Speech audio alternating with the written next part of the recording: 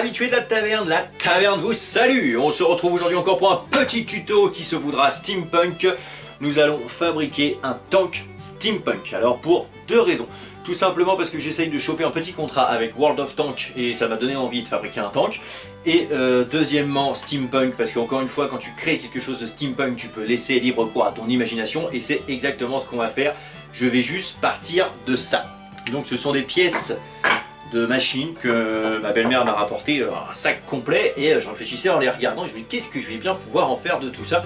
Et du coup je me suis dit je vais en faire un tank. Et là où ça va être rigolo, c'est que je vais partir totalement en impro. Je vais pas dessiner de plan, je vais pas prendre un tank qui existe déjà pour prendre la forme et tout. Je vais tout simplement partir de ces 5 éléments et à partir de là on va créer notre tank autour. Donc messieurs dames, c'est parti.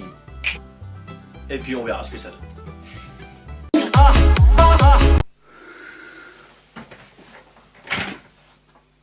Ah, je m'ai cogné.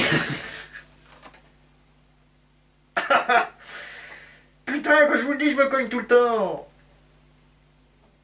Ah, putain, je suis. Allez, c'est parti.